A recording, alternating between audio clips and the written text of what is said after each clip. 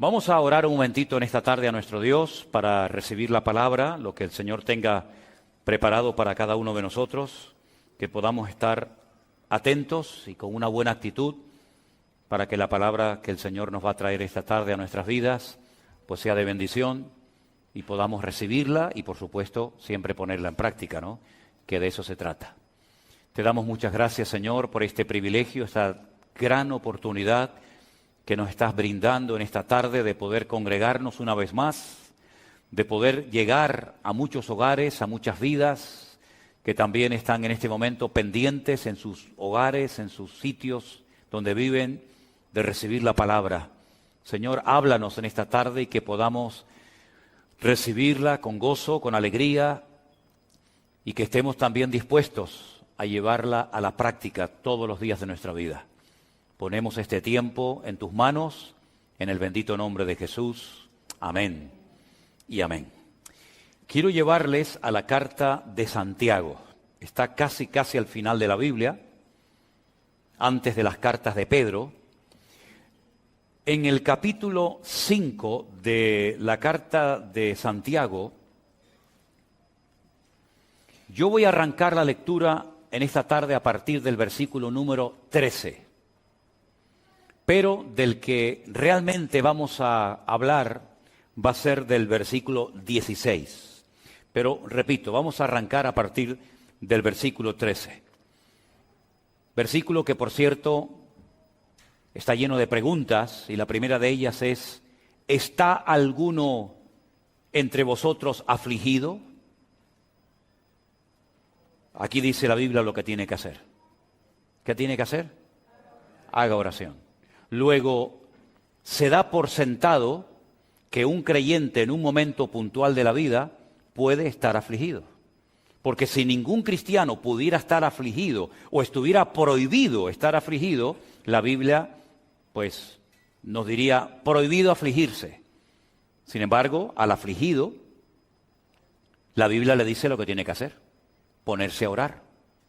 Y si el Señor dice que al afligido lo que se le tiene que decir es que ore, es porque la Biblia sabe que ese es el antídoto y la solución para el problema de aflicción que esté pasando ese hermano o esa hermana.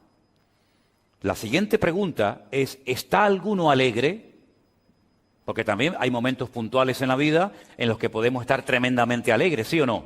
No solamente afligidos. Bueno, pues al que está alegre le dice el Señor en su palabra: póngase a cantar alabanzas, no a cantar cualquier letra, no, cantar alabanzas, canciones bíblicas que conforten el corazón. La siguiente pregunta: ¿está alguno enfermo entre vosotros? Lo cual quiere decir que podemos estar afligidos, podemos estar alegres y también en un momento puntual de nuestras vidas podemos estar enfermos. ¿Y qué dice al enfermo? Llame a los ancianos de la iglesia, oren por él, únjanlo con aceite en el nombre del Señor. Es decir, que para todo hay solución, para todo, para el afligido, para el alegre, para el enfermo. No hay un vacío. No se dice, bueno, pues te aguantas, ¿no? Te quedas como estás. Sino que a cada persona, en cada circunstancia de la vida en la que se encuentre, hay una respuesta bíblica. Y ahora, para recalcar la importancia de la oración, en el verso 15 dice: y la oración de fe salvará al enfermo, y el Señor lo levantará, y si hubiere cometido pecados, le serán perdonados. Ahora, en el mundo del judaísmo, no solamente en la época del Señor Jesucristo, sino hoy en día, ellos creen totalmente convencidos que toda persona que está pasando por una aflicción o por una enfermedad es porque ha cometido algún pecado. No siempre es así. No siempre es así. No empiecen algunos a decir, bueno, entonces si estoy enfermo es que he pecado. Y si estoy en un momento de aflicción es porque he pecado. A veces sí, pero otras veces no. ¿Qué pecado había cometido Job? Si alguien en esta vida fue afligido, sin lugar a dudas fue Job. Y los amigos que vinieron teóricamente, supuestamente a consolarlo, no daban crédito y decían: ¿cómo es posible que si tú eres tan justo y eres tan bueno, ¿cómo es posible que estés enfermo? ¿Y cómo es posible que se hayan muerto todos tus hijos? ¿Y cómo es posible que tu esposa se haya puesto en tu contra? ¿Y cómo es posible que te hayas arruinado? Y no daban crédito y siempre decían, bueno, a lo mejor no eres tan bueno como aparentabas o como decías ser. A lo mejor hay algo oculto que nadie sabe, pero que Dios sí, y entonces te estás castigando por eso. Porque, repito, dentro de la cultura del judaísmo siempre se asocia enfermedad y aflicción con pecado. Pero creo que he sido lo suficientemente claro y he hablado del hombre que más aflicciones pasó en esta vida y no fue porque cometió un pecado que estaba oculto y que solamente Dios conocía. Y si no te vale el ejemplo de Job, pues te voy a hablar de Cristo. El Señor Jesucristo dijo, mi alma hoy está triste hasta la muerte. Y pidió que 3 de sus discípulos lo acompañaran al huerto de Getsemaní a orar con él.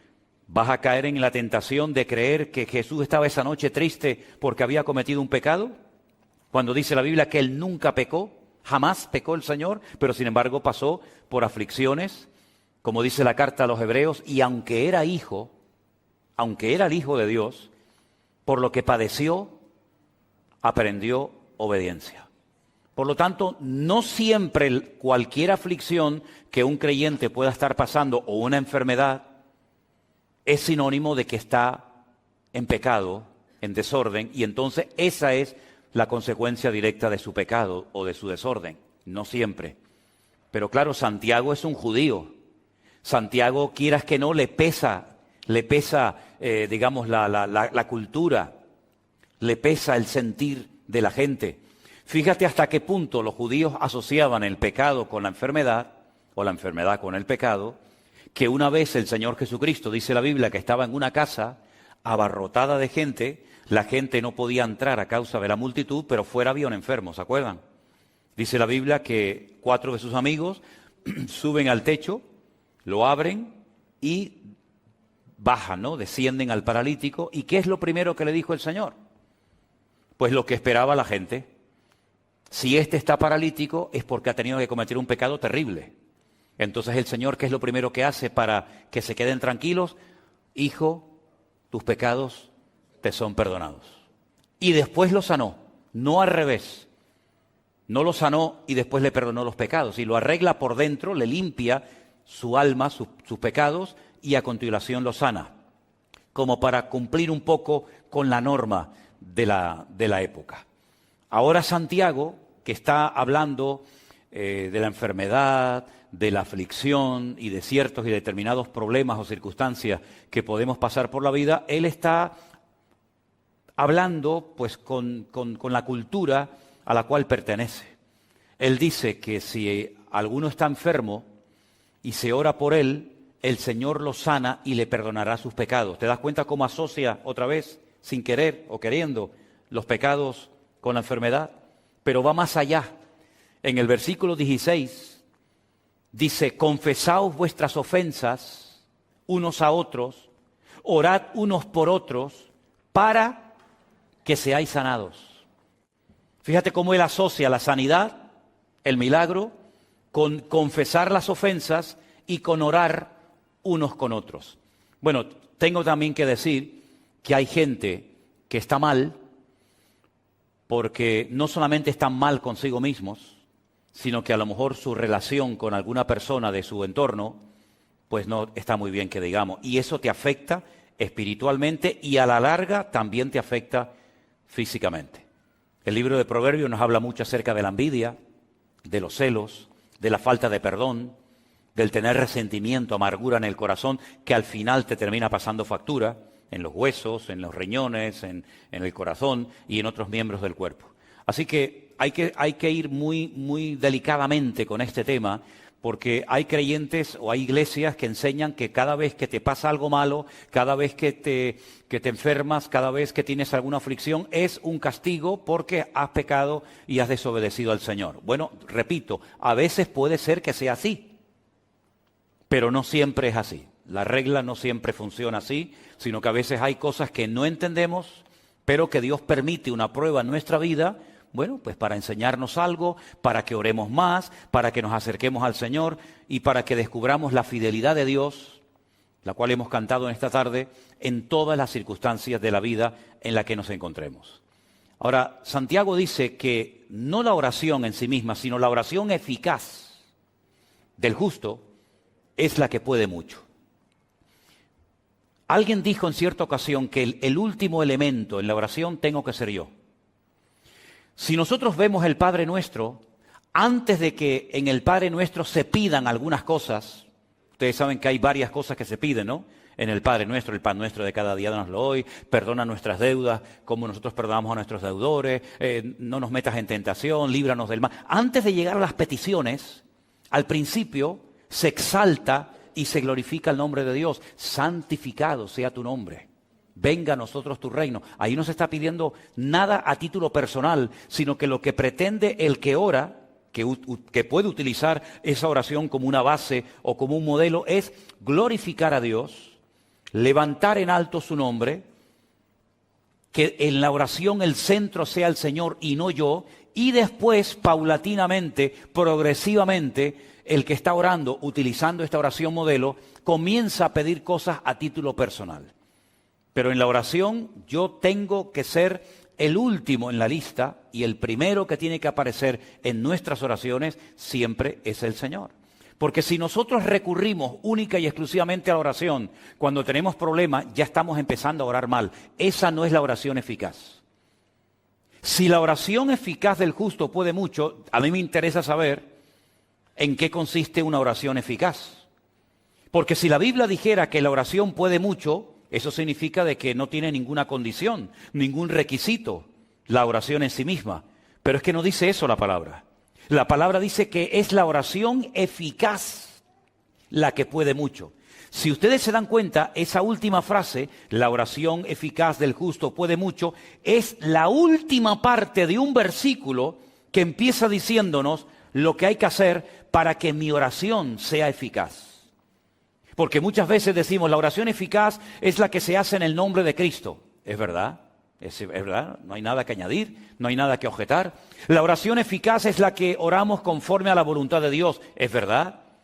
Pero pocas veces se hace referencia a lo que se dice antes de esa frase para que nuestra oración sea realmente una oración eficaz. Lo primero que dice Santiago en el verso 16 es: confesaos no los pecados se les confiesan a Dios, pero confesaos vuestras ofensas unos a otros.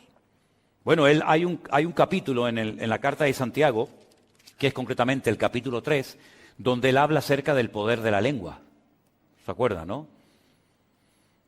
Y él relaciona el hablar mal con atraer ciertas y determinadas enfermedades o cosas negativas en nuestra vida. De hecho, bendecir significa hablar bien. Maldecir significa hablar mal. Entonces fíjense cómo en la mentalidad del judío siempre la enfermedad es sinónimo de que algo malo esa persona ha dicho. ¿De dónde arranca esa costumbre o esa tradición de que el que habla mal, el que se comporta mal, puede llegar a traer una enfermedad? ¿Saben de dónde arranca esto? No de los tiempos de Adán y Eva, no. Esto arranca de un momento en el desierto en el que dos hermanos carnales se juntan y comienzan a hablar mal de otro hermano carnal que tenían. ¿Se acuerdan? ¿Saben de quién estoy hablando, no? Eran 3 hermanos: Aarón, Miriam y Moisés, que era el más pequeñito. Ellos sabían que el Señor estaba con Moisés y que lo había llamado y que lo había escogido y que era el instrumento que el Señor estaba utilizando para llevarlos de la esclavitud a través del desierto, y el objetivo final era la tierra prometida. Pero en el desierto, estos 2 hermanos comienzan a hablar mal de su hermano. Y dice la Biblia que Miriam quedó leprosa. Y todo el pueblo se detuvo en el desierto. No podían avanzar porque no iban a dejar abandonada en el desierto a Miriam. Se podía morir de sed, se podía morir de calor. Y no es cuestión de abandonar a una persona porque se ha comportado malamente.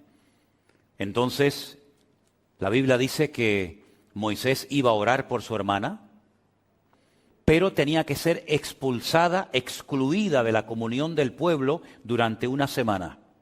Y durante esa semana, el pueblo, dice la Biblia, que no avanzó en dirección a la tierra prometida. Primera lección que vemos aquí, el hablar mal en esa ocasión contrajo la lepra. Por eso los judíos, cuando hablan de las enfermedades, y hay miles de enfermedades, dicen que las personas que tienen problemas de la piel, todas las enfermedades de la piel tienen que ver con la mala forma de hablar. La crítica, el chisme. Ahora todo el mundo se está mirando la piel, ¿no? A ver si tiene algún granito, algún lunar, y dice, uy, es que ayer dije no sé qué cosa, y este lunar cada vez está más grande. Bueno, repito, no siempre las cosas son así. Hay excepciones, ¿verdad? Pero todo arranca de ahí. La Biblia nos enseña que el pueblo estuvo esperando a que el Señor sanara y restaurara la vida de Miriam. Algunos me han preguntado, pero es que los que hablaron mal fueron dos, Aarón y Miriam. ¿Por qué solamente quedó leprosa Miriam y no Aarón? Y tengo que confesarles que no tengo respuesta. No lo sé. Yo creo que lo justo hubiera sido que los dos se quedaran leprosos.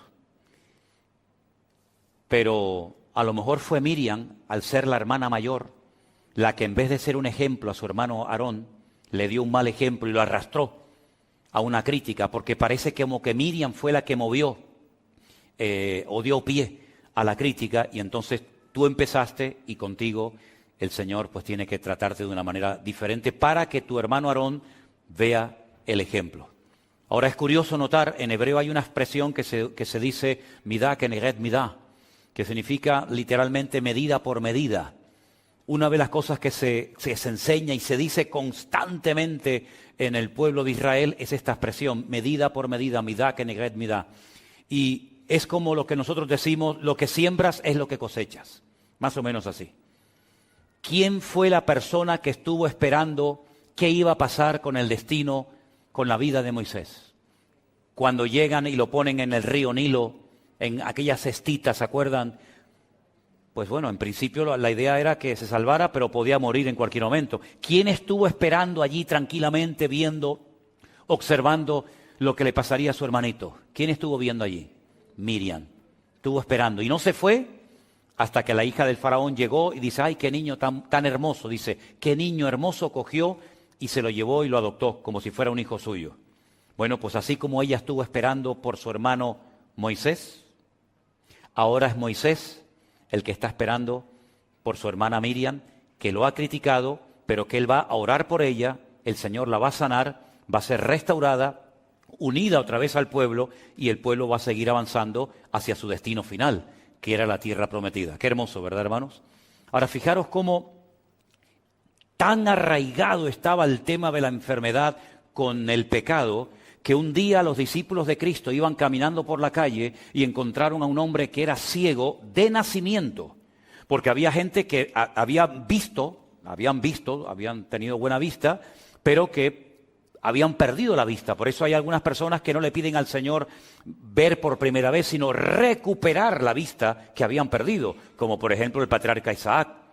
Isaac no siempre fue ciego. Isaac fue ciego cuando ya era viejito, cuando era mayor, pero él vio perfectamente durante mucho tiempo. Pero cuando ven a este hombre ciego de nacimiento, le dicen al Señor, Señor, ¿quién pecó? ¿Este o su padre para que este hombre haya nacido con esta terrible enfermedad de la ceguera desde su más tierna infancia? Y el Señor le dice, es que no van por ahí los tiros, queridos.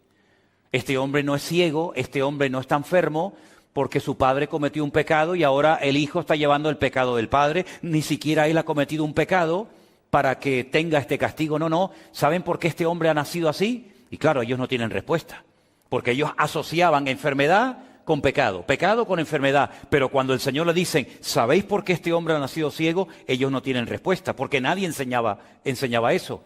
Dice, este hombre ha nacido así para que la gloria de Dios se manifieste en él. Y se den cuenta ustedes que esos argumentos que ustedes tienen no siempre son acertados, no siempre son correctos, sino que aquí hay una excepción, ¿verdad? Y esta excepción es que yo estoy aquí para ser glorificado en la vida de este hombre. Pero Santiago, como es judío, él dice, para que una oración sea eficaz, lo primero que tiene que haber es que se arreglen las relaciones interpersonales entre los hermanos. Es decir, que se confiesen las ofensas, que se arreglen los hermanos, y entonces una vez que ya se han confesado, que ya se han puesto en orden otra vez, orar el uno por el otro, y entonces viene la sanidad. Fíjate qué curioso cómo a veces en nuestra vida, sin darnos cuenta, la cultura, la educación que hemos recibido, el trasfondo religioso del que venimos, el país del que venimos, etcétera, etcétera, cómo en un momento determinado en nuestra forma de orar, en nuestra forma de predicar, en nuestra forma de vivir la vida, puede en un momento determinado ejercer una influencia tan grande que Santiago dice, sí, la oración eficaz del justo puede mucho, pero un momento, primero hay que pedir perdón, luego hay que orar, tenemos que llevarnos bien entre nosotros y luego la oración es eficaz, pero antes no. Bueno, yo creo, sinceramente, con todo mi corazón, que la oración, por supuesto, es el antídoto y la respuesta divina, la respuesta celestial para muchos males de la vida, pero creo que también, y pocas veces, o yo personalmente nunca he escuchado a nadie, que diga que la oración es una escuela. La oración es una escuela y quiero explicarme. ¿Por qué oramos nosotros? ¿Por qué oramos?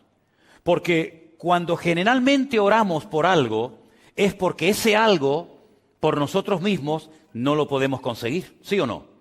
Si yo, por ejemplo, tuviera que pintar la pared de la iglesia, y yo puedo por mí mismo pintar la pared de la iglesia, pues yo vengo, cojo el rodillo y pinto.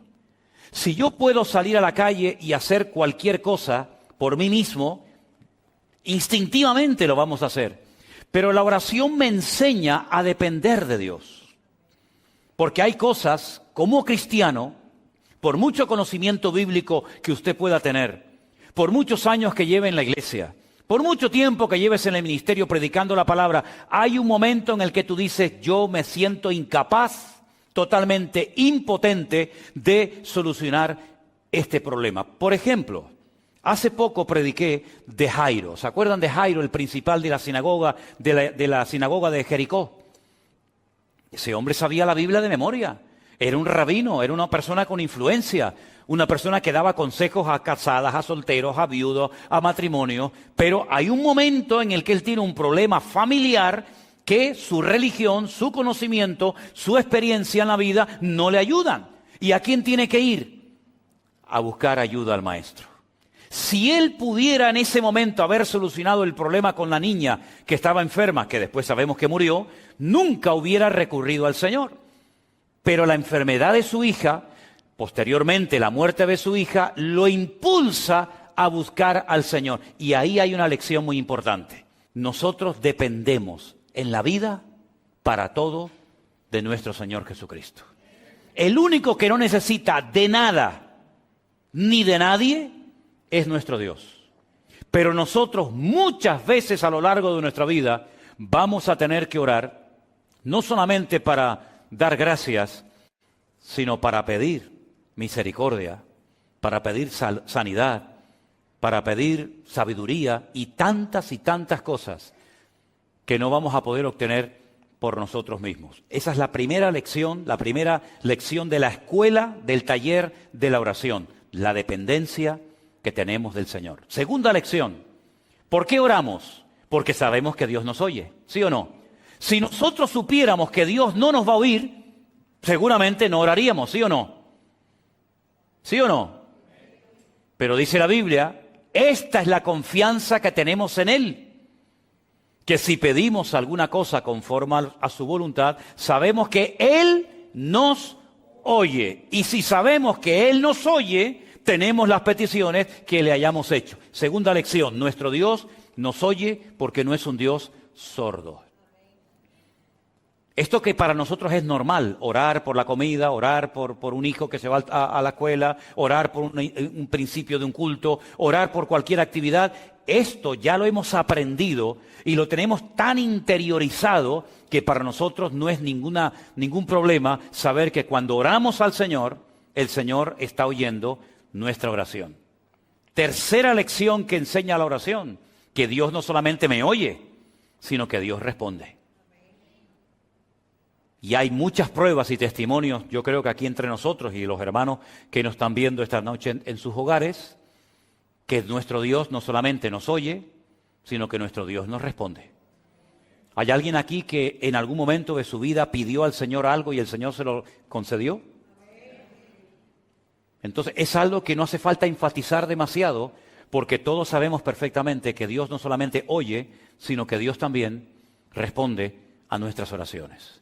Entonces, todo esto que les acabo de decir, el confesar los pecados, el no tener nada con ningún hermano o hermana, el orar los unos por los otros, todo esto son los ingredientes que me permiten a mí después ir a orar y saber que esa oración, Dios la oye, Dios la responde y es una oración eficaz, es una oración efectiva. No es una oración que es una pérdida de tiempo, sino es una oración que obtiene los resultados por los cuales se hizo tal oración. ¿Se dan cuenta? El Señor Jesucristo, cuando está en el cementerio donde está enterrado Lázaro, ¿qué dijo? Padre, gracias te doy porque sé que siempre me oyes. Nunca dudemos de que nuestra oración, cuando se la elevamos a nuestro Dios, Dios siempre nos va a oír y si es su voluntad y el tiempo adecuado, el Señor responderá a nuestra oración. Pero creo que también a veces es bueno que nos examinemos a nosotros mismos. Además es bíblico, ¿sí o no? Cuando celebramos la Santa Cena solemos leer esos versículos de 1 de Corintios que dice, probaos a vosotros mismos para que no seáis juzgados. Examinaos a vosotros mismos. Y en ese contexto de probarnos, en ese contexto de examinarnos a nosotros mismos, Pablo por ahí mete la idea y dice, porque por haber tomado indignamente el cuerpo y la sangre del Señor, muchos duermen, muchos hay débiles entre vosotros y hay muchos enfermos. ¿Te das cuenta cómo una vez más Pablo demuestra bíblicamente que hay, no siempre, pero hay momentos y circunstancias en la vida en la que algo que nos puede estar pasando es consecuencia de algo que estamos haciendo o diciendo mal? Porque, repito, bendecir es hablar bien y maldecir es hablar mal. Por eso Santiago dice, la boca es como una fuente. Y una fuente, no existe en el mundo una fuente que echa agua dulce y al mismo tiempo agua salada. O echa agua dulce o echa agua salada, pero las dos cosas no puede ser. Y Santiago dice que a veces en nuestras lenguas, en nuestro vocabulario, en nuestra forma de hablar, salen palabras adecuadas y salen palabras inadecuadas o incorrectas. Y eso es lo que muchas veces paraliza, permítame la expresión, congela la oración. ¿Por qué? Porque no se están dando los ingredientes adecuados para que esa oración sea respondida por nuestro Dios. También es verdad, y hay que decirlo, lo podemos ver perfectamente en la carta, en el libro de Daniel, que hay momentos en la que la oración entramos en un nivel de guerra, de batalla espiritual. Daniel oraba y ayunaba durante 21 días, no recibía ningún tipo de respuesta hasta que un ángel le viene y le dice, es que he estado peleando contra el príncipe de Persia. Tu oración fue oída desde el primer día que te dispusiste a orar, tu oración subió a la presencia de Dios. Pero una cosa es que suba la oración y otra cosa es que baje la respuesta. Son dos cosas diferentes. Y aquí de lo que se trata no solamente que Dios me oiga y que suba a su presencia a mi oración, sino que yo obtenga la respuesta a la oración. Pero hubieron interferencias, hubieron guerras espirituales por el camino y al final, pues con la constancia y con la perseverancia se ha obtenido la respuesta y el favor de Dios. Así que, queridos hermanos, yo creo que es muy bueno que de vez en cuando nosotros, antes de orar, nos hagamos la siguiente pregunta. ¿Cómo está mi relación con mi Señor? ¿Cómo está mi relación con Él? ¿Hay interferencias? Hay cosas que están bloqueando la oración. Mire, le voy a poner un ejemplo. Pedro dice que hay oraciones que están siendo intersectadas, tienen interferencias, no son efectivas. Y habla, por ejemplo, del matrimonio. Dice, no tratéis ásperamente a vuestras mujeres, lógicamente se refiere a los maridos, ¿no? A los que están casados. No tratéis ásperamente a vuestras mujeres. ¿Y qué dice? ¿Alguien sabe lo que dice lo siguiente del versículo? Exactamente. Para que vuestras oraciones no tengan estorbo. Y uno dice, ¿qué tiene que ver que yo haya discutido o peleado con mi mujer hace 10 minutos para después ir a la presencia del Señor y orar? ¿Es que Dios no me va a responder a mi oración? ¿La respuesta cuál es? No. ¿Pero por qué no? Porque ya te lo estoy diciendo. Porque has dejado a una persona herida, has dejado a una persona humillada, llámese esposa, hijo, marido, amigo, quien sea, has roto todo esto, has hecho un desastre y después te vas con toda tu cara a la presencia del Señor. Señor, respóndeme, Señor, ayúdame. Y el Señor dice, no, esto no funciona así. Esto no funciona así, querido. Si en el altar te acuerdas de que algo hay contra un hermano contra ti, deje su ofrenda en el altar, no pasa nada, no se la va a llevar nadie. Yo le espero. Vaya, reconcíliese con su hermano y una vez que haya arreglado su relación horizontal, venga a mi presencia y verticalmente las cosas van a fluir con toda naturalidad. Amén, hermanos. Parece fácil, ¿no?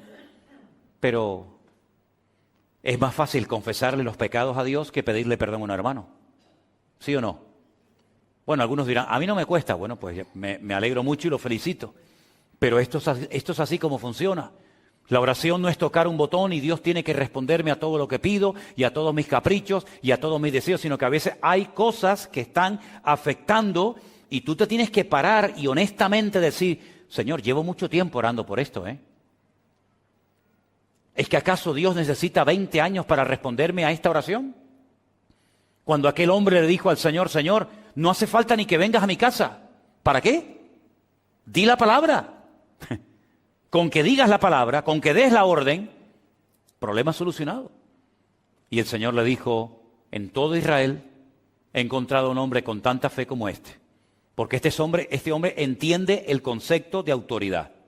Y él lo que sabe es que si yo doy la orden, automáticamente su criado será sanado. Entonces mi pregunta es, ¿y si yo le estoy pidiendo al Señor por algo y el Señor no da la orden y pasa un tiempo y otro tiempo y sigo y no hay respuesta? Yo creo que deberíamos de pararnos como cristianos mínimamente maduros que somos y preguntarnos, Señor, ¿hay alguna interferencia? ¿Hay algo que a lo mejor esté haciendo mal?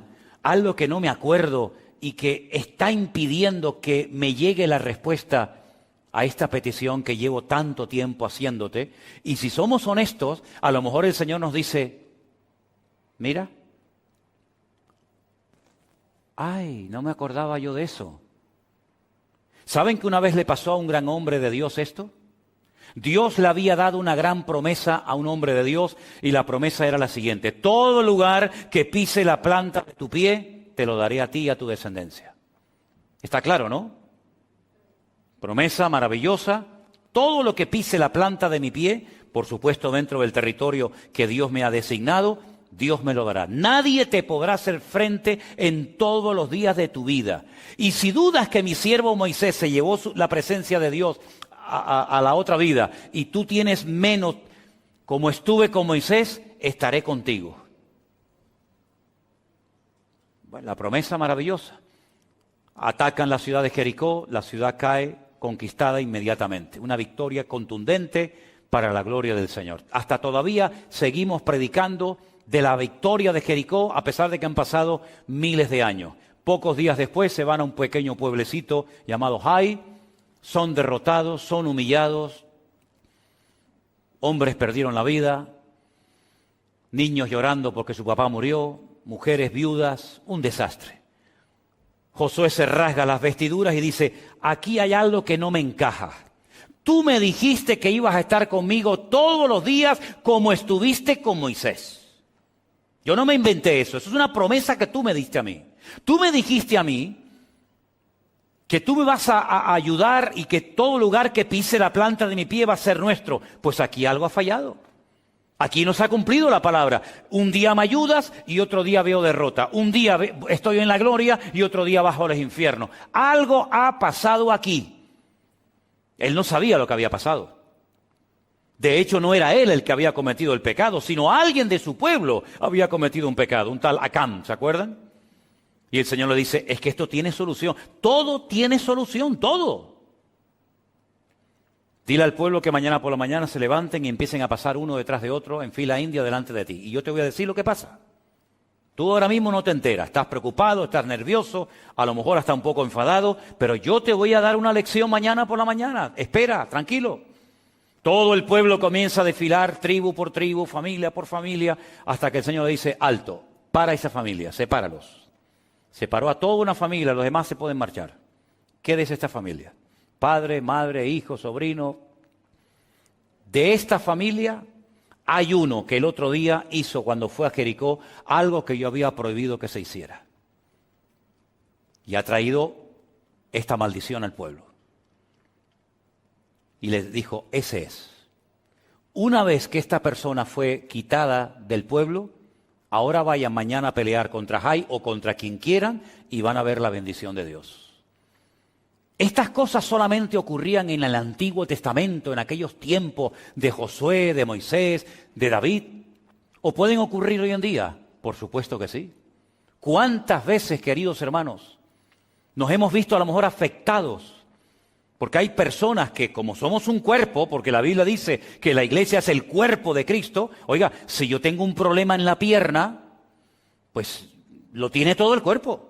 Y si yo tengo un problema en la vista, lo tiene todo el cuerpo. No es que el miembro va por su cuenta, no, es que nos afecta a todos, tanto lo bueno como lo malo. Y el Señor le dio una lección tremenda a Moisés cuando le dijo, saca a tu hermana del pueblo hasta que sea restaurada, hasta que yo la vuelva a sanar.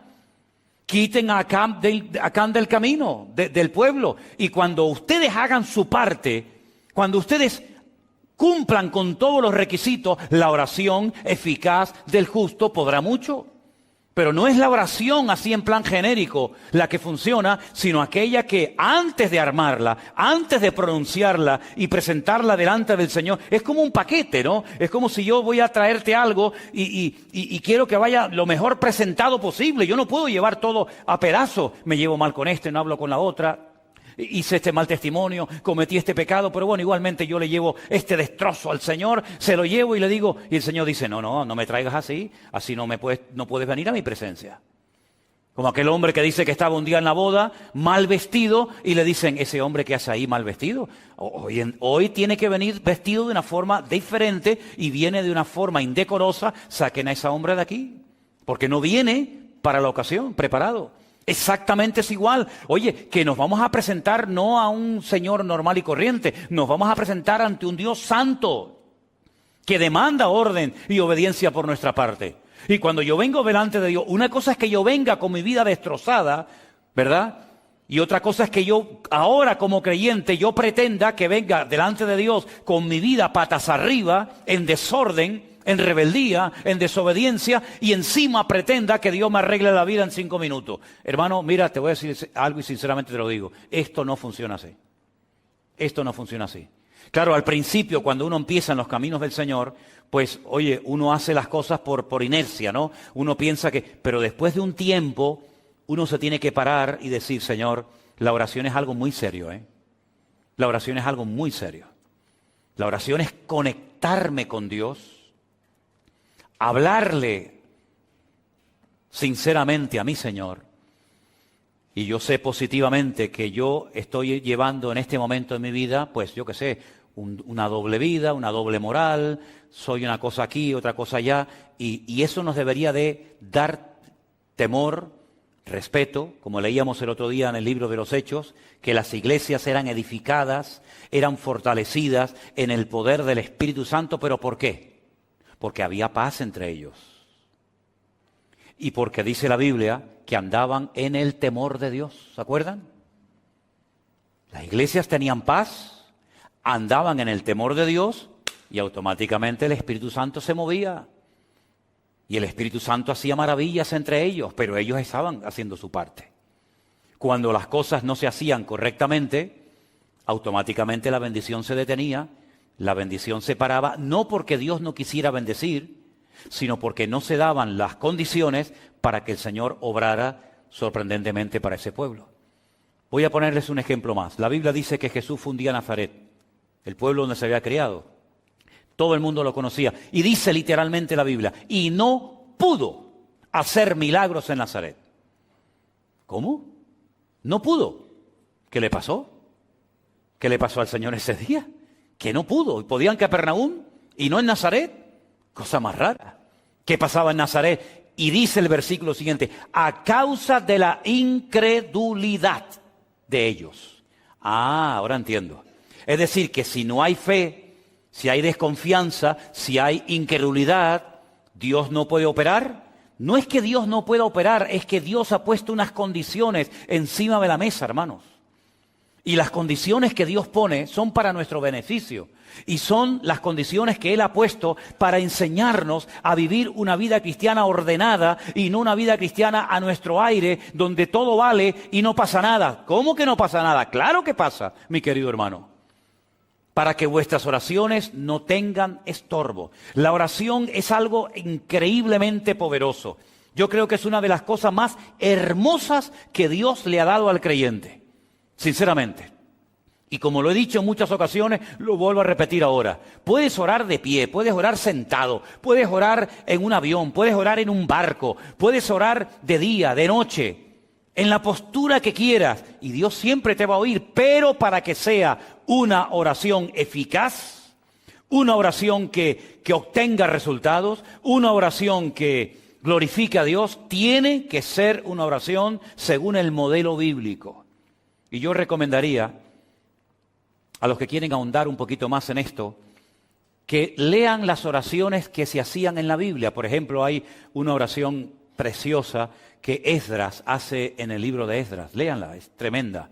Las oraciones que hacía Daniel, las oraciones que hacía Cristo, no solamente la del Padre Nuestro, la de Juan 17, por ejemplo, una oración tremenda. La oración, por ejemplo, que hace Pablo, que está escrita en la carta de Pablo a los Efesios. Sí, hay muchas oraciones y los salmos, en los salmos hay muchísimas oraciones. Leyendo todas esas oraciones y viendo cómo esa gente oraba, cómo glorificaban a Dios, cómo preparaban el terreno antes de entrar a la petición, cómo exaltaban y glorificaban el nombre de Dios, sus proezas, sus maravillas, sus milagros. Y al final, casi al final de la oración, presentaban su petición, su dolor, su carga, su emoción, su sentimiento. Uno puede llegar a aprender muchísimo. Así que vamos a dejarnos enseñar e instruir por el Señor, no solamente a través de la palabra, cosa que tenemos clarísimo que hace, sino que, repito, para mí la oración es una escuela. Porque hay oraciones que Dios responde más rápido que otro. ¿Qué ingredientes tiene que tener la oración? ¿Qué estorbos puede tener la oración que me impiden obtener la respuesta a mi petición delante del Señor? Etcétera, etcétera. Y creo que también es bueno, y termino, ver que hay oraciones que para que sean no oídas, siempre las oye, para que sean respondidas por el Señor, hay un factor de vital importancia. Que hay algunos que lo quieren apartar, pero no lo apartes porque tampoco funciona. Y es el factor tiempo.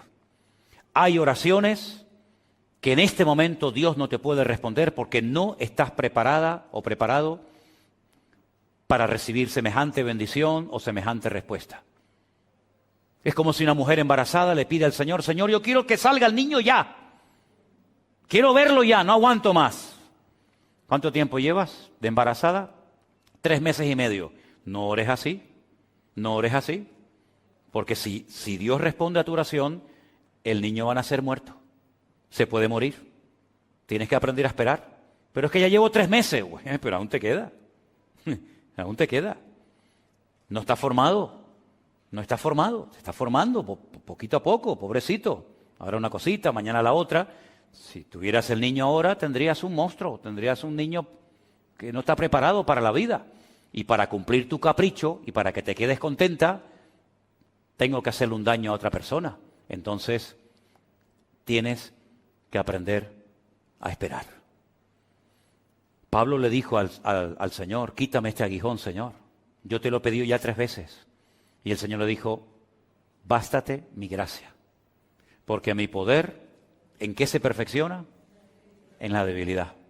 Entonces él tuvo que aprender una lección por medio de la oración, en este caso no respondida, de que el poder de Dios se perfecciona en la debilidad.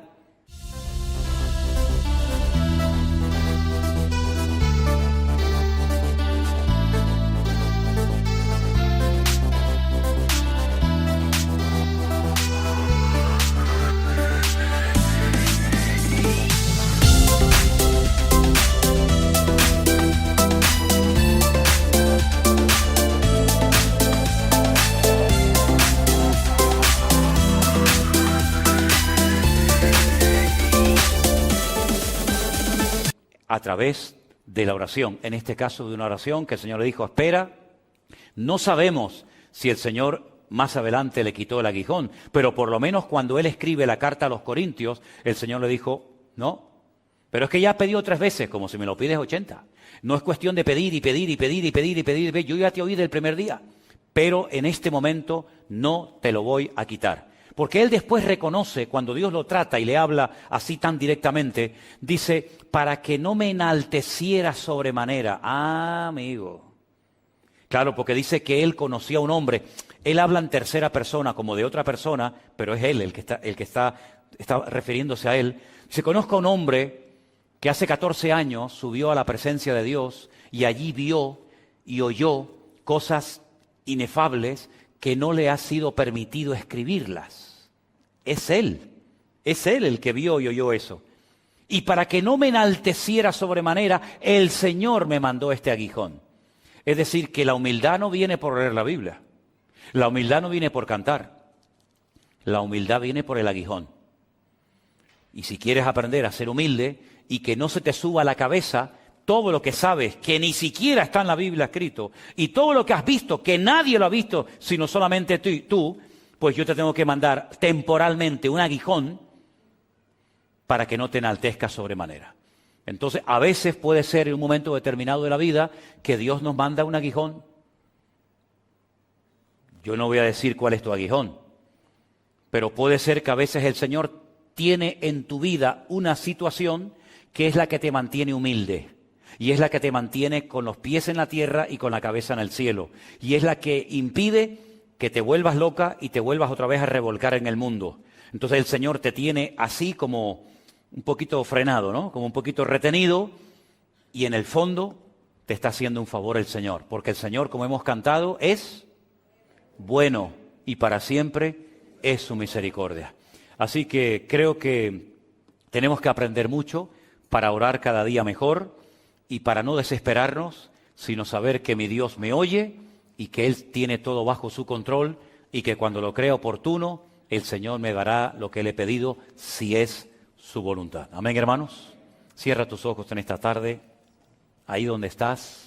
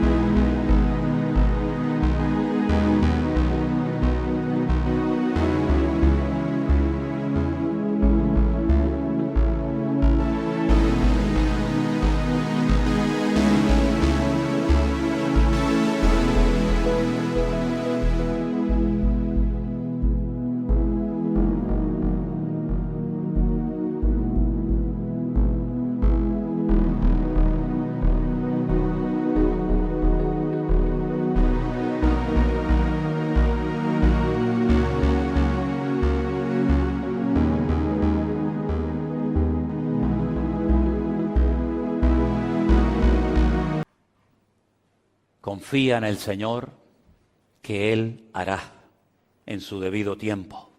Aleluya. La oración eficaz del justo puede mucho.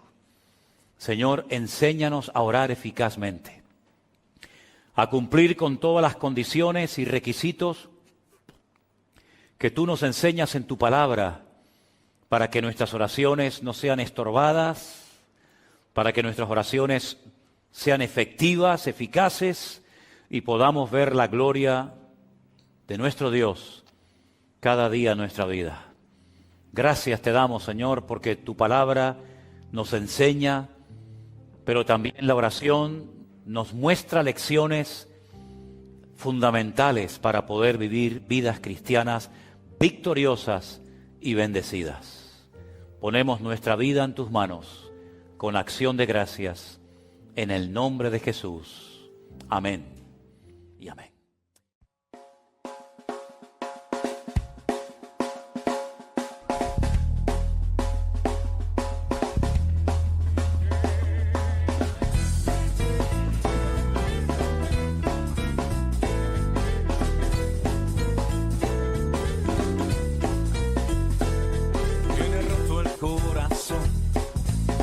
Sufrir y llorar, tienes que aprender a descansar en Dios. No importa lo que te dijeron, no importa lo que te hicieron, tienes que aprender a descansar en Dios.